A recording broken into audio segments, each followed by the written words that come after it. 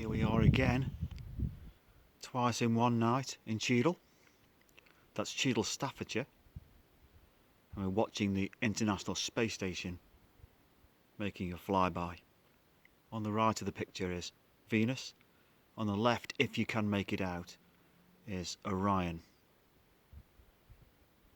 The ISS is approaching. It's a lot dimmer this time, but nice that we've got two flypasts the same night.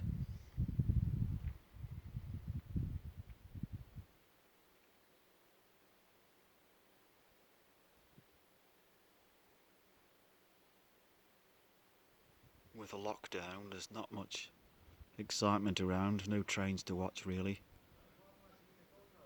And here we see the ISS coming over nicely now.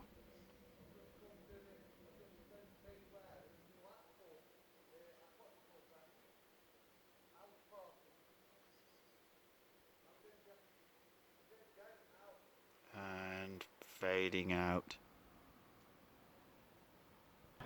Back in the studio with SC and SJ. That was a very brief flyby, but it's been really good. Staff's space, watch this space.